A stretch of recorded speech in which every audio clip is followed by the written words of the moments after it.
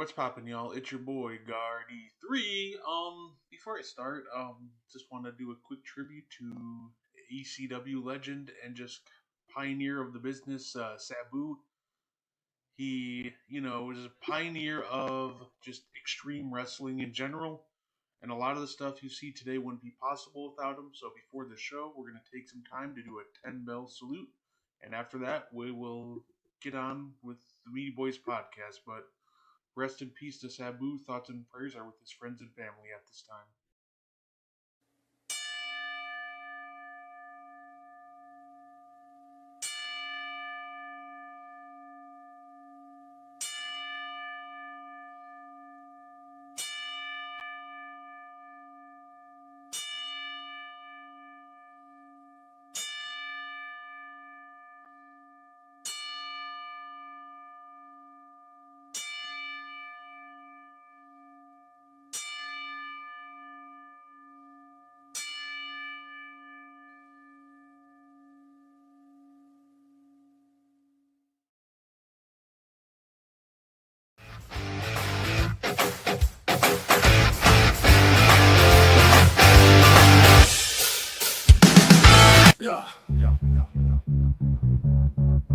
Guard, they on the mic tonight. News coming in left and right. Move better with the latest fight. Gene's got that insight sight. Champions rise and they fall. Why it's you, why I got it all. Every move in every brawl. Tune in for the curtain call. Wrestling talk all night long. Catch the latest match and song. Ring the bell, let's get it on. Every story bright and strong. In the ring they clash and roar. New rivalries and so much more. Titles change and legends lore. What's poppin', y'all? It is your boy Guardy3, and welcome to the Meaty Boys podcast. And of course, joining me just like every week, he is the greatest co-host of all time. He is Mo Better. How you doing, Mo? I'm doing great. If it's Tuesday night, then it's Meaty Boys time. Time to talk some wrestling. Let's get into it. Oh, absolutely. And don't worry, there's plenty of shows that will talk football, but right now we talking wrestling. But yeah, rest in peace to Sabu for sure. And that's kind of, unfortunately, ECW icon passed away, Sabu. A lot of great memories with Sabu. Mo, I was wondering if you had a word or two you wanted to say about your memories of Sabu. I think you touched on it. He was an innovator ahead of his time. An innovator of extreme wrestling, had no problem putting his body on the line for the fans. It was the kind of performer he was. For me, he was a pioneer because he came in with that group. It was Sabu and Taz and Tommy Dreamer and Sandman and the franchise. That group is what really formed ECW. It formed the foundation of ECW. Sabu was I believe a two-time ECW heavyweight champion. He was an ECW TV champion. I think he was an ECW tag team champion multiple times. Like he just had a terrific, impactful career. And as a performer, I'll never forget him. He was one of the most entertaining, like when I think about performers like him, I think of Mankind, the way he sacrificed his body. Sabu did that times 10. He was that type of innovator. He'll be missed. Rest in peace. Yeah, absolutely. And Damien, I completely agree. At the end of the day, next year, and Sami Zayn said he was pushing it for this year. Next year, its name should be WWE Hall of Famer Sabu. Just an absolute icon of the industry, just pushing boundaries. So, I agree. At the end of the day, rest in peace and thoughts and prayers to all the friends and family of Sabu at this time. And, I figure this is going to be a big WWE show because we had a pay-per-view to talk about, Mo. Backlash just happened. And before we start that conversation, I want to show everybody my predictions from before Backlash. So this is my predictions before Backlash. Obviously, it did okay. I missed on a couple. I missed on Becky Lynch. I thought she'd beat Lyra, and it didn't happen. But that's okay. So for reference, here's my Backlash predictions from I think you hit on everything, partner. Like the match that I got wrong was the same match you got wrong. I thought they were going to give Becky the belt over Lyra. Shout out to Triple H and Creative for not just doing that, not going the Charlotte route, making Becky earn it. Like I look, somewhere down the line, I think Becky Lynch will wear that belt. But because she's such a big star, we spoke about this, she's going to elevate that belt. And when she does elevate that belt, a younger talent, might be Lyra, it might be someone else, is going to take that belt and run with it. So I'm glad that I got surprised a little bit. That was the only match in terms of the outcome that surprised me, but it was a pleasant surprise. No, absolutely. And the ladies, honestly, I think they arguably had the best match of the night. I think the Fatal 4-Way, you can argue, is the one that, has them beat.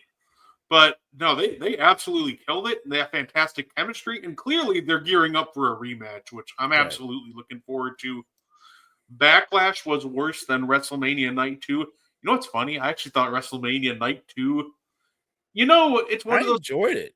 I thought it was great up until the end. Like, I thought that literally 95% of WrestleMania Night 2 was absolutely fantastic. And then the main event happened. And unfortunately, when it comes to wrestling, what people are going to remember is the main event. So I thought that completely just killed what could have been, right? Like, let me put it this way. If the men's triple threat from night 1 was the main event of night 2, that would have been one of the greatest nights of WrestleMania that we've ever seen. It had been in the conversation. It would have been that good. That would have been through the roof. I agree, 100%. But, here's your actual winners from Backlash. And what's funny, too? I thought Backlash was actually fun. Because I think one of the big things that made Backlash a lot of fun, I thought Bayley would show up, too, honestly. But yeah, I think one of the things that kind of made Backlash fun was the lack. Like, nobody had expectations coming into Backlash. In fact, all I heard was how terrible a show was going to be. So I thought Backlash was pretty fun in the sense that I thought it exceeded expectations. I thought the expectations were low coming in, but I thought it did a really good job at, jumping over that hurdle and putting on an entertaining show. Like, there wasn't a bad match on the card. Well, we'll debate that one later, I'm sure. But to me, there really wasn't a bad match on the card. I'll say that the matches that they had leading up to the main event, I thought they were entertaining matches. It just, for me, it didn't really have that pay-per-view feel to it. Not to me. It didn't really have a pay-per-view feel to it. I do think the Becky Lynch Lyra match was terrific. I thought the 4-way for the U.S. title. I knew it would be. How can you have the 4 guys they had in there, and of course Jacob Fatu, obviously with Solo roaming around in the background? How could that not be entertaining? It was very entertaining. They've put together stronger cards. I don't think the card itself was that strong, but I think the matches that they had, I thought the matches they were all solid. I just didn't think they were that strong a card overall. Yeah, absolutely. And I think that's why the expectations were low. So I thought they did a good job in clearing like the expectations. Like, I thought at the end of the day, for like a B-level pay-per-view, it was fun. But obviously the night started out with Dominic and Penta. Did you guys not like that match or something? Like, Peanut really was not a fan of that match. I thought Peanut didn't like LA Knight either, but yeah. But Yeah, so, but, that was a fun opener. One thing I will say that, we're going to go through each of these matches, but there's one thing I thought hampered the card in general. I get if you want to end like one match in an interference, or maybe even two, but having 3 out of the 5 matches end in interference was, kind of a downer. I thought that was like the biggest drawback on this card to me. And obviously it started here. Like, we didn't get one run in. We got JD, Carlito, Balor, and El Grande Americano. We had 4 run-ins in this one match alone. And that just kind of set the tone for the rest of the night. That was crazy, the 4 run-ins. And when the last run-in happened, when Gable came in, or he's not Gable, you knew how this was going to play out. And I get it. I understand that they're not ready for Penta to get over, not to take the belt from Dom, but at the same time, they didn't want to make it to where Dom could beat Penta by a clean pin. That wouldn't happen. They wouldn't do that to Penta. So the same way that Valkyria and Becky are gearing up, maybe it's a 3-match kind of rivalry getting ready to happen. I think Penta and Dom are going to go at it again too. No, absolutely. Absolutely. And quick NBA break. It looks like the Pacers are about to finish off the Cavs. Donovan Mitchell went 0 for 3 from the free throw line to help kind of seal the game. Wow. Yeah. From the free throw line? Wow. Yeah, he got fouled. He got fouled, and then he just missed all 3. And then he actually hit a 3 on the following possession, but then Nemgar got an and one. But you can't be missing 3 free throws in a closeout situation like that. But yeah, no, like I said, I thought it was then we had the Fatal 4-Way. Once again, a terrific match. And we had the debut of Jeff Cobb joining the Bloodline to help Jacob Fatu retain. But I think an interesting story is being told, because I don't think they told Jacob the plan, because he seemed surprised and then almost kind of annoyed at the end and just walked right past both of them. So do you think that they're gearing up to maybe have Jacob break off on his own soon? I think they're gearing up for Solo to betray Jacob, because what Solo's trying to reform his version of the Bloodline, and what Jacob is saying is, you're not my boss, right? Like I think Jacob is already on his own solo act, and I don't think he wants anything to do with the Bloodline. And I don't think he trusts Solo, which why would you? Because we all know Solo wants to be where Jacob is. I think eventually Solo and Jacob will be competing for the U.S. Championship, and I'm sure somebody like Jeff Cobb will run in on behalf of Solo. The only question is, what about Tungaloa and his brother? Whose side will they go to? Yeah, absolutely. It almost feels like it's the perfect way to take the title off of Jacob eventually, is the Bloodline turning on him and have him just get jumped by everybody. Right. Because it's going to be more than a one-man job to put down Jacob Fatu. So I think they'll stick with Solo, and that'll just be Jacob Fatu breaking free on his own. And I think it's going to be a lot of fun. At the end of the day, we know Jacob Fatu can, really go in the ring. And him versus Solo down the road, maybe SummerSlam or Survivor Series, it would be great. Now, granted, I also could see them going the route of, Jacob Fatu having a record-breaking U.S. title reign like they did with Gunther. So they have so many avenues, and none of them feel like a wrong answer. I will say this. Gunther was a great champion. Let's not get lost in the sauce on that. He was a great champion. But he doesn't have that same electricity that Jacob Fatu has. I think that energy, that the way he's over, and it's weird, right? Because Jacob Fatu's not trying to pretend like he's a face. and yet he's kind of getting that face love from the fans. I'm with you. I think because he's got that bond with the fan base, much like Jay does, except he's better on the mic than Jay. He's just naturally better than Jay on the mic. He just is. I think Jacob Fatu could have it'll be a very entertaining long run because he's the kind of guy, he's not going to avoid any match, any contender. So it'll always be entertaining, but I can see him having a run as long as Gunther's run was. I completely agree, and that's the beauty of it. Like, it could be a long run, but I could also see him cutting it a little short because they want to move him up the card, or maybe they just start doing a Jacob Fatu wants every single belt in existence. See, that's my point. I think that I don't think they're going to rush him to start looking for, hunting for the heavyweight championship.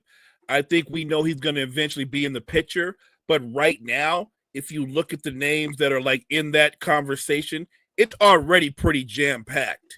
I don't know if you could add Jacob Fatu through the mix because that's a lot. You still have CM Punk and Seth Rollins and Roman Reigns will be returning. Cody's going to be returning. And Jay currently holds one belt.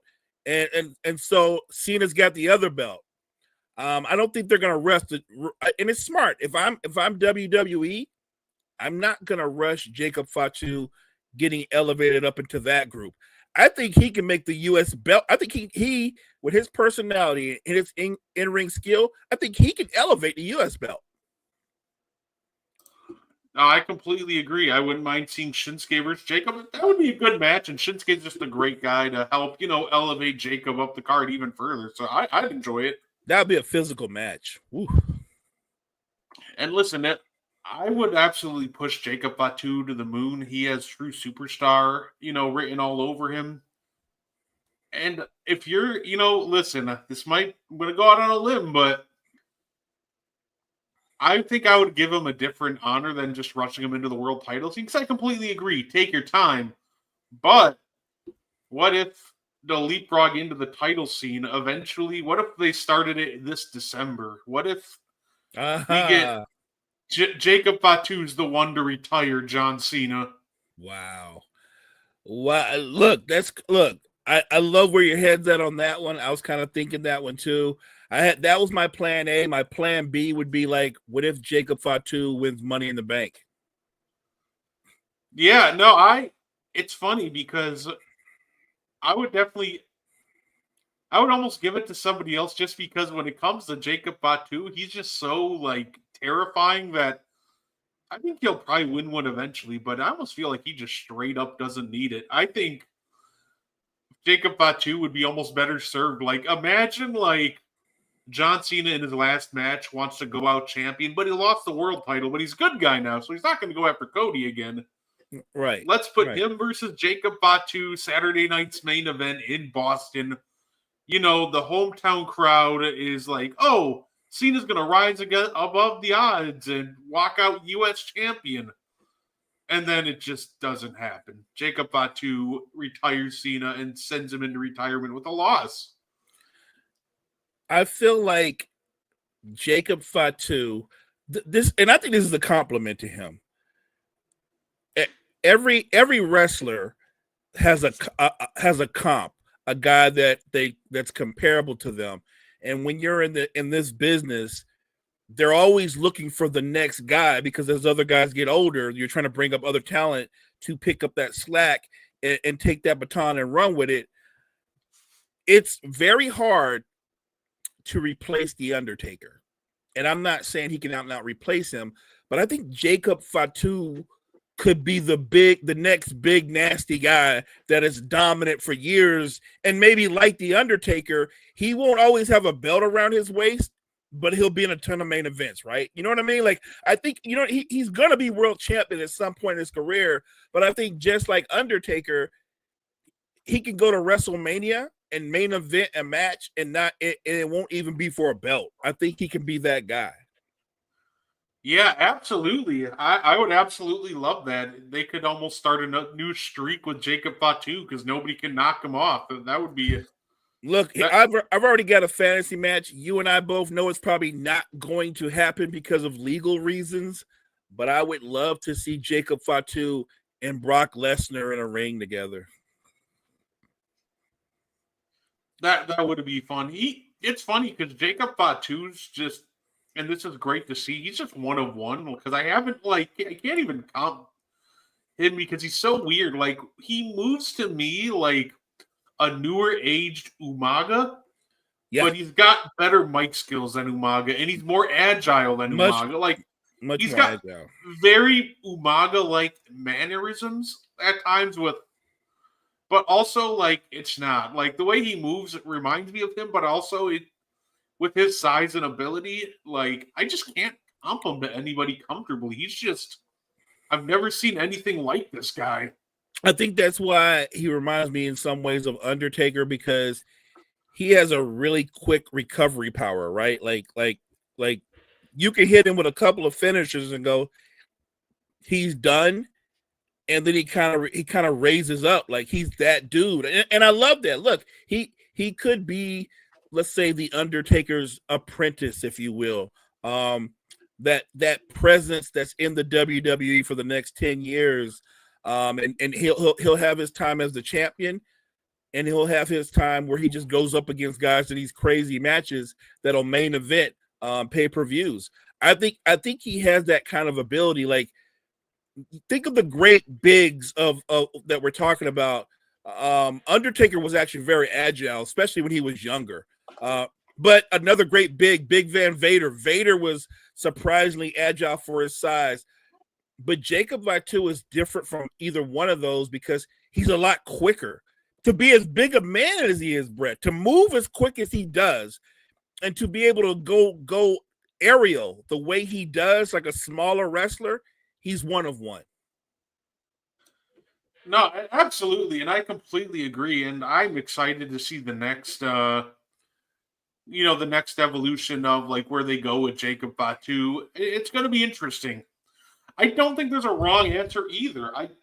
Jacob Fatu, hey, he can be the new and improved Goldberg, except more just better than Goldberg. He's already better than Goldberg, but yeah, he actually has some wrestling moves in his pocket. So yeah, I think I don't think there's a way to ruin Jacob Fatu unless you go straight up. Ironically, like what they did to the Fiend and like feed him to Goldberg in like a minute. Like barring doing anything cataclysmically stupid, Jacob Fatu is so good because he's just impossible to mess up. Of course, no, go ahead. Oh no! You go ahead. I was just gonna say, I think I like what Triple H is doing by bringing him along steady, but not rushing it. You know what I mean? Like with a talent like Jacob Fatu, you don't want to skip to the end, so you want to like let him continue to develop, and I like that. Yeah, no, absolutely. Of course, we already kind of touched on Lyra and Becky. I genuinely thought that was arguably the best match of the night. Looking forward to that. I also thought Pat McAfee versus Gunther was just a lot better than what a lot of people were thinking it would be. I thought it told a great, like, fighting spirit underdog story, like, from beginning to end. Credit, obviously we give credit to Gunther. He's a terrific talent. But I got to give Pat McAfee some credit, too. Like, this is a guy who, when he steps in the ring, doesn't miss. Like, the only bad match I think I've really ever seen him have was at WrestleMania 38 after he wrestled Austin Theory and had that impromptu match with Vince McMahon. But that wasn't on him. That was just more Vince McMahon couldn't move at that point. But, right. All the credit in the world. They showed out. And not only that, they told a fantastic story throughout this entire match. No, I agree. When I see Pat McAfee in the ring, he always impresses me because one, he's a lot more agile than people realize, and two, I don't think no one thought he was going to beat Gunther, but the question really was, could he give Gunther a credible match? And that's mission accomplished. There were many times he could have just caved in because Gunther chopped his chest up like times 10. He took, I lost count how many chops he took, and he survived that fire. He survived multiple finishes, Pat McAfee's a tough dude. I give him a lot of credit. They can stand in there and make it a credible match. It was well done. No, absolutely.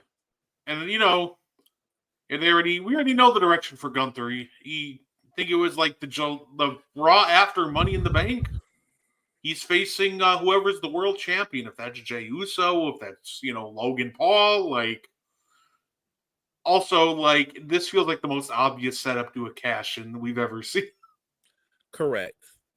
It feels like they're telling us, hey, watch this Raw. There's gonna be a cash-in, but hey, maybe not. Maybe that's just what they want you to think.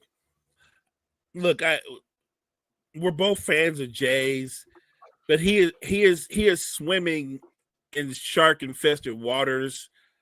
I'm gonna call it and say that he finds a way. Even though I think Logan Paul is just unnatural, I think Jay will find a way to win that match. He might even find a way to win the rematch versus Gunther, because I do think the way they're telling this story, it has so many tentacles to the story and branches. Seth Rollins, I believe, is going to beat Jey Uso for the heavyweight championship. Yeah, I think Seth Rollins probably just wins Money in the Bank. It feels like that's the easiest route to go, and you can still have Jay go out like a fighting champion after. Sure, yeah. Seth cashes in on him, maybe have him take a breaker spear to really solidify it. Oh, it's gonna be brutal. It's gonna be a great match by Jay. He will just have won. It took everything he could to win the match, and then, like you said, guess who's cashing in, right? Oh yeah. And before he even hits the ring, like you said, Breaker's gonna tear Jay in half with a spear. I mean, Seth basically just gonna walk in there and put his foot on top of Jay's chest, but we'll see. Pat did turn red like a flaming hot Cheeto. That's very accurate. He really did. He really did. So, we've kind of covered all the matches except one. I think we get Jay and Roman at SummerSlam. That'd be interesting. That would be interesting. I agree. The main event, and this one split the chat. Some thought it was good, aka I thought it was great up until the end. I thought the interferences at the end overdid it a little, but I thought it was still fun. Some, not so much. John Cena versus Randy Orton. Last time ever. Do you want to start with this one, or do you want me to, Mo? No, you go ahead. You start. So when it comes to John Cena and Randy Orton, I said this multiple times in the build-up. Don't have your expectations that high that they're going to put on some technical wrestling matches. Their matches are always built around almost like two heavyweight boxers just throwing haymakers, looking for that knockout punch. They've always been just kind of a finisher fest. That's just what a John Cena versus Randy Orton match is. So when they did what they did with the finisher fest, I thought it was fine, and then they added in little callbacks, when Randy Orton countered the shoulder tackle into the RKO, the AA into the RKO counter. I thought it was a fun callback to their rivalry, and genuinely, if you didn't like this match, I find this. I'll be the first to tell you, this is probably one of the 5 best matches that they've had together. The initial match at SummerSlam was good. Breaking Point was fantastic. But, this is one of the best matches they've actually had together. I thought it was fun, and I thought it was just chaotic in the best way. Like I said, getting the whole management team and then R-Truth involved, I thought that was a bit much. But even then, Randy Orton RKOing the management team made a good individual, great visual.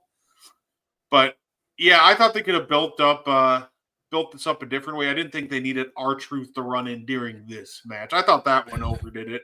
Yeah. Look, so I went into the match thinking that I would enjoy it because of the nostalgia of their careers and what they meant to each other.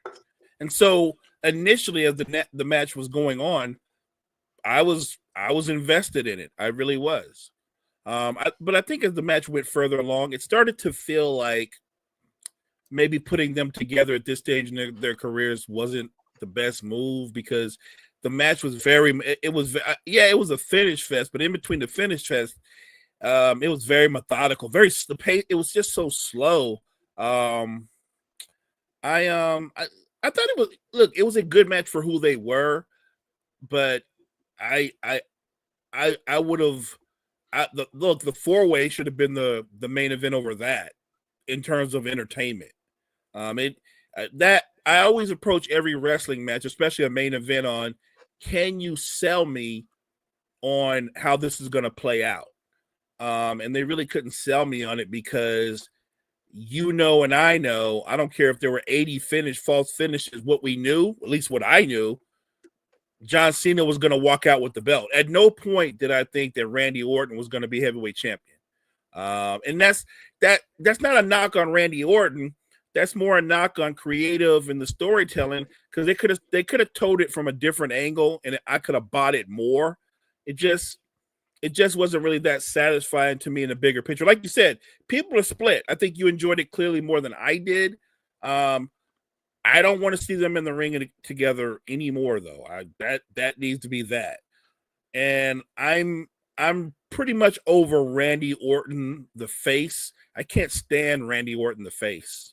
If Randy Orton is ever going to win another title, he won't be a face. Yeah. Yeah, but yeah, like said Damien, I funny because I didn't mind I think with the last match, I think it would have been received a lot better too if they picked one interference or the other. Like, you have R-Truth stop the punt kick, or you have the entire management team come out to check on the official, and Randy Orton RKO's them all. I would have like if you would have hit the low blow and finished the match after like 7 members of management came out.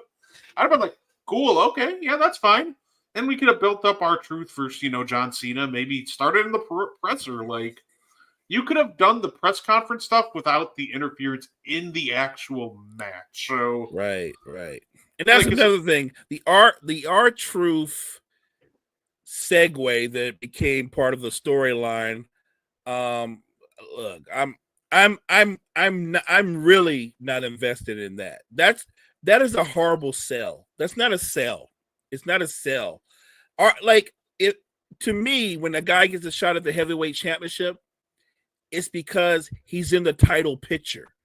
You're one of the top 5 guys. You're in the picture. I like R-Truth. He's not only he's not one of the top 5 guys, he's not one of the top 10 guys, 15 guys, maybe 20, and I'm being generous, and he's getting a championship match. That doesn't make sense to me. That doesn't make sense at all. And with him getting the match, he ain't gonna win. He's not gonna win. So you've already cut out some of the entertainment. I already know he has little to no shot of winning. Him going against John Cena is like Pat McAfee going against Gunther. The only thing you can do is show me that you could put up a decent fight, but we know you're not gonna win. I'm not really interested in that. Like that, and that match, by the way, in my opinion, you can put that on Raw. You can put that on SmackDown. Like that's the kind of match that is. You don't have to make a special date of it. It's not that kind of match. Yeah, and it's kind of, I think it's one of those things that, like, with R-Truth, like if you're rewarding him for all the years he spent in the company, like, and been like loyal to you, like, I feel like that's what this is. Like, on one hand, I'm kind of like, well, John Cena only has like 20 dates left. I don't want to use one in an R-Truth match. But I also think R-Truth just like deserves the world for everything that he does for the company. So at the end of the day, like, I'm split myself, because half of me is like, oh yeah, Truth, you've earned this over the course of your career. But also part of me is like, can we get like somebody else to wrestle John Cena at Saturday night's main event? Like, give me some young fellow like Carmelo Hayes or something. Right. But you know what? The joke is Carmelo Hayes is a more compelling opponent. I'm not interested in seeing the Cedric the Entertainer of wrestling in a heavyweight championship bout. I don't want to see that. I already know how it's going to end, so it's not going to be compelling TV, and it's a waste of time. More importantly, the fact that John Cena only has so many dates left in his career. No offense to R-Truth, entertaining dude. One of those dates should not be wasted on him. I think this one's easy. It's Cena Cody. Like, I will take like the management team and R-Truth running out there because at least they kind of, you're like, okay, well, at least you're building towards something. Like Travis Scott taking 2 minutes to saunter out to the ring was just awkward. So at least you're being nice. You're being nice. It yeah. was longer than 2 minutes. Yeah, like I think the biggest difference between the interferences was pacing. You can tell who's a wrestler and who's not because, like, the management team, they came out quick because they didn't want to disrupt the pace of the match. R-Truth came out quick. Like, they knew that they weren't, like, the focal point, but they were there to add something to the story. Like, right. So I think this one's an easy question to me. The outcome of Cena and Cody was worse because you had a non-trained wrestler running interference who clearly just didn't understand how to not break the flow of the match running interference. Agree. And then, of course, another title match at Saturday night's main event. Jey Uso versus Logan Paul. I think that the Saturday night's main event, I don't even count them as a premium live event mode to me. To me, they're just like a glorified. It's weird because they're not at the level of like even a WrestleMania or even I don't even consider this as like the same level of like a Backlash pay-per-view. Like, agreed. This isn't some weird limbo of like Raw level show, but also like they like prop it up slightly more. Like, but to me, this almost just feels like a TV special. Like, not a premium live event, but it's just something for fun. And no, I agree. And look, Logan Paul, Brett, he doesn't disappoint. He is a terrific natural in-ring performer, athletic, explosive. He's got multiple counters to moves, and he's one of those guys that people love to hate. He has a natural heat about him, and he's the perfect foil to somebody that's as big a face as Jey Uso is. I think it's going to be a tremendous match. I think Logan Paul can sell you on the idea that he could beat Jey Uso, because if you're looking at their bags, Logan Paul actually has a much bigger bag than Jey Uso does when it comes to like skill set and moves. So I think it's going to be a great match. I think somehow, some way, Jey will find a way to win, but I think Logan Paul is going to put on a great show for the fans. So I don't actually mind this match being on Saturday night's main event, instead of Backlash, right? And the reason for that is simple. I think that's great that they're trying to like put these title matches on all these different shows to make them feel more special, right? Like Gunther having a world title match on the Raw after Money in the Bank. People are like, why isn't that at Money in the Bank? I think it's great that it's not at Money in the Bank. It makes that Raw feel more special. You already have 2 Money in the Bank ladder matches. And I think when you look at Backlash, I don't think it necessarily needed that much propping up. You already had Cena versus Orton. That itself was going to sell the show. Right. So why not take this match and use it to help, sell a different show? I think the only like card that you should be cramming every single great thing possible onto it is, WrestleMania. I think obviously that's the end all be all, but when it comes to a show like Backlash, like I'm okay with them like maybe leaving the world title out to help give it more build and have it headline a different show. No, I agree. Look, the Saturday night main event might end up being more entertaining than Backlash. We'll see, but it might shape up and be more entertaining. Like I said, I like the matchup between Logan Paul and Jey Uso. And look, it might prove me wrong. Cena and R-Truth might end up being more compelling than what I projected to be, because it just might play out differently. I will say this: the John Cena heel turn, the actual turn was amazing. I guess the follow up, it hasn't been what I thought it would be. I thought it would be bigger. I thought there would be more to it, and maybe it'll pick up. It's like when Hogan turned, that was monstrous, but he backed it up. He fully embraced it and was involved in everything that went right or wrong in WCW. I mean, he was fully invested in that character. And I feel like the John Cena heel turn hasn't felt that way. Not since the initial turn. Not to me, anyway.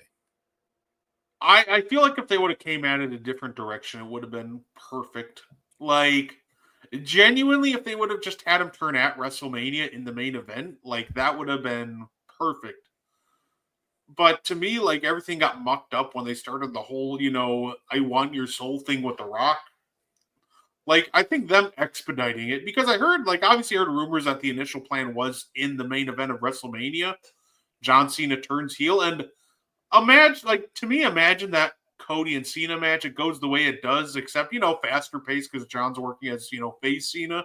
Right. And then, John Cena can't put Cody away. We do the ref bump thing. And instead of Travis Scott, that's when Cena kicks him in the nuts and hits him with the title and, wins the belt. Like, it feels like, I think part of the problem with Cena is, like, one, I think that they kind of started it off awkwardly with the whole Rock and Travis Scott thing.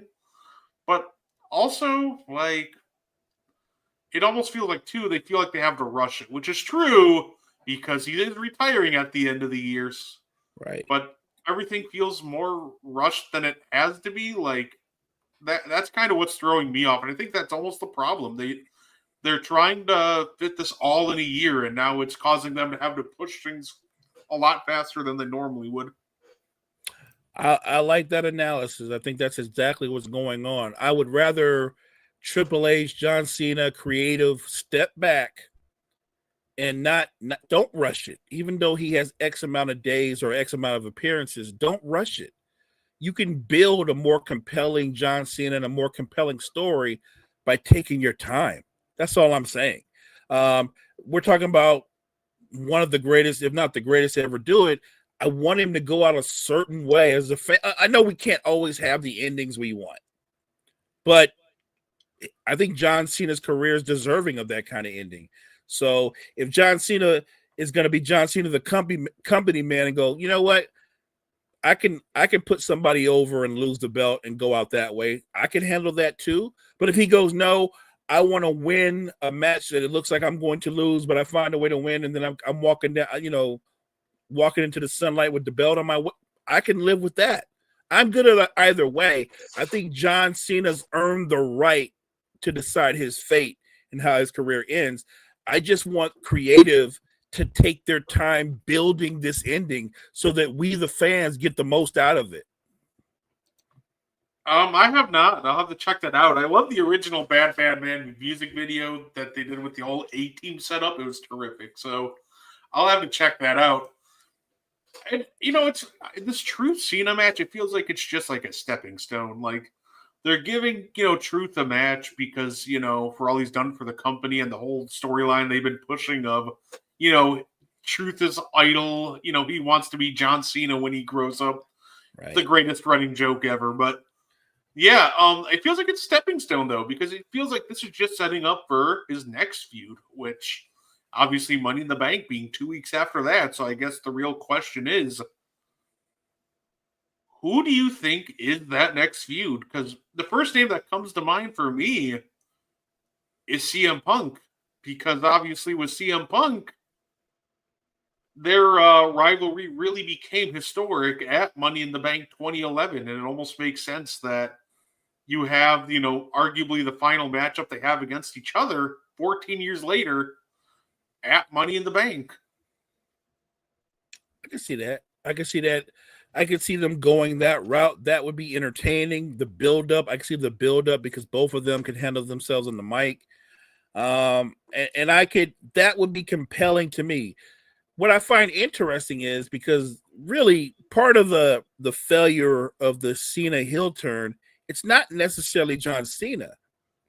It's that we set everything up with The Rock being the primary, with The Rock being basically John Cena's boss, right?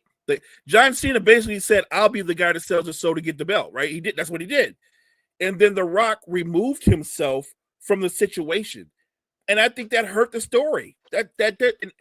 Like everything said, okay, Rock and Cena are going to form some kind of foundation, right? Some kind of clique. And yet, what happened was Seth Rollins and Heyman have formed a clique. And it's weird because Cena holds the heavyweight championship, and you would think he would be the head of a faction. That makes sense to me during this heel run. And he's really going completely solo. And I think that's throwing off what could have been an even bigger heel run. Yeah, no, absolutely. I think if they would have done it at WrestleMania and almost ran a storyline of just John Cena fighting this balance of good and evil and just being uncertain, it would have made a lot more sense. But right. Yeah, I think another name that could be an interesting opponent for John Cena is another first time matchup that happened there. Why not AJ Styles? If you're gonna run back John Cena versus AJ Styles, because listen, not only is John Cena retiring at the end of the year, but AJ Styles has said multiple times he wants to retire before he's 50, and he's 48 right now. Oh wow. So not only is John Cena on a retirement tour, but for all we know, AJ Styles could be on a retirement tour. And when I tell you those two have incredible chemistry, like the Royal Rumble 2017 match, and this is very high praise considering how many great matches Cena has had, but that Rumble 2017 match is probably one of the 3 best matches John Cena has ever had. So I think it would make sense to try to run that back one more time. I agree 100%. And I'm here for that. I'm actually here for that idea and that match. Like I said, I want them to max out this run for John Cena.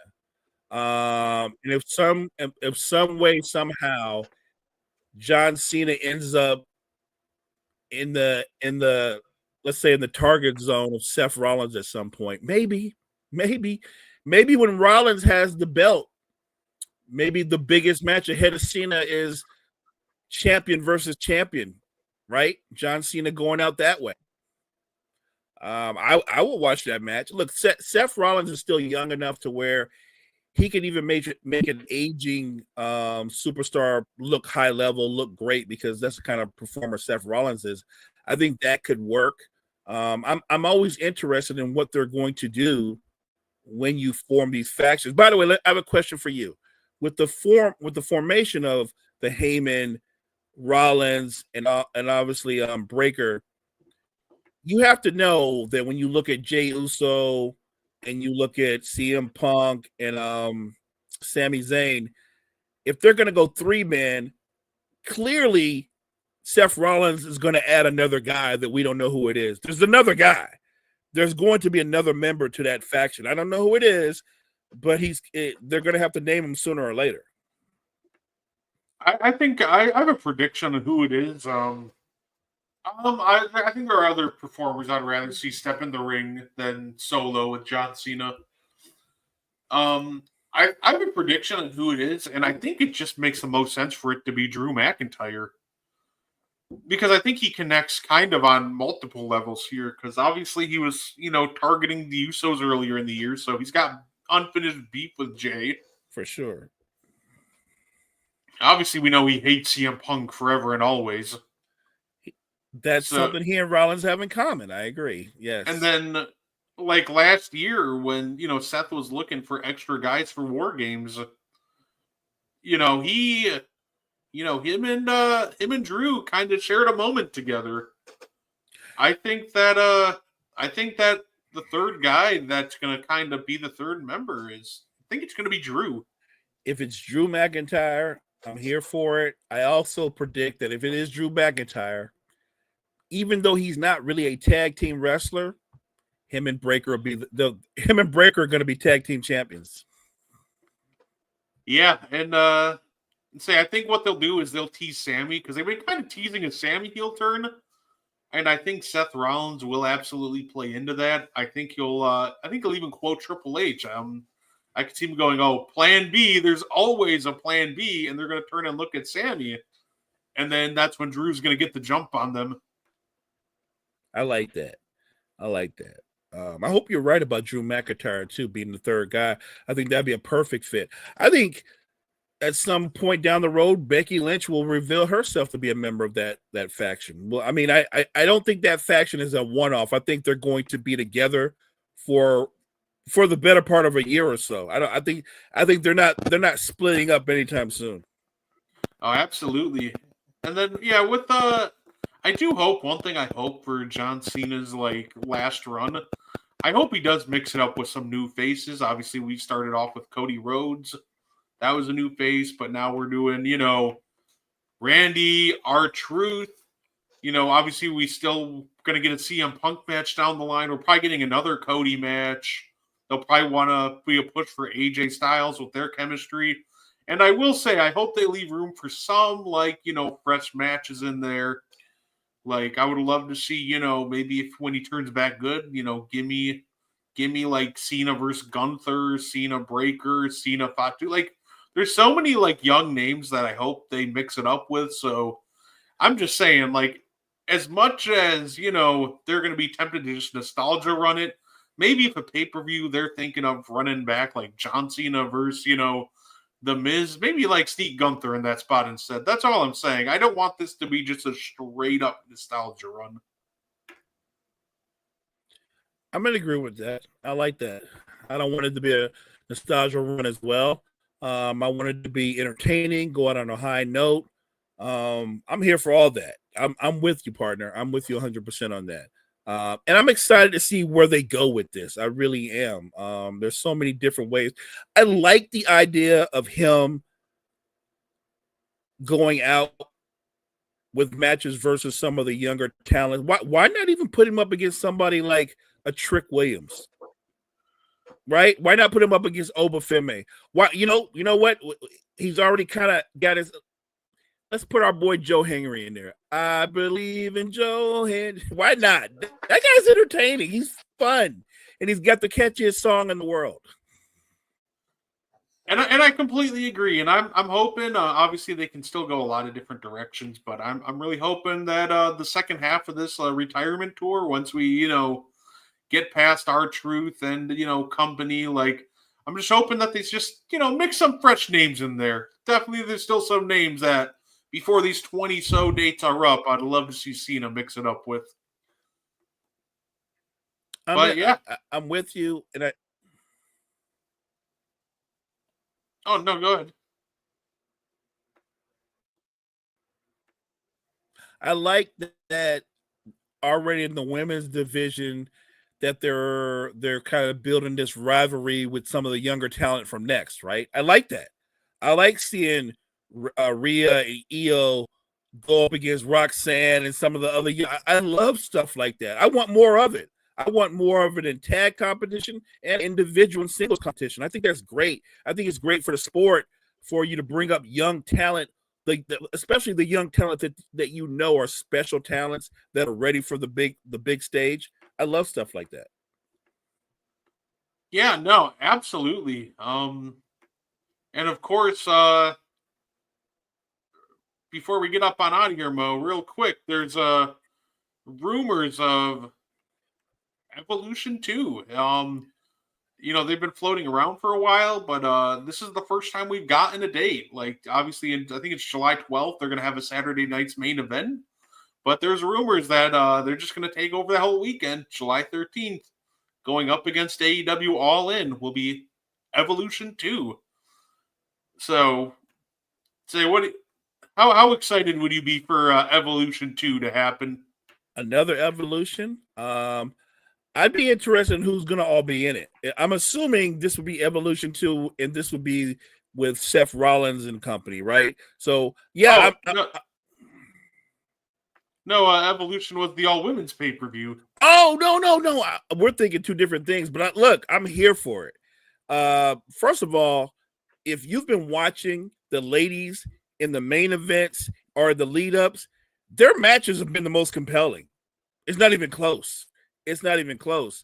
I'm here for it, especially, again, if you mix some of the established talent with the younger talent.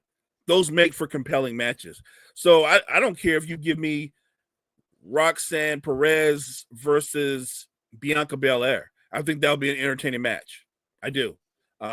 Give me Rhea and Io going up against another tag team from Next or something like that.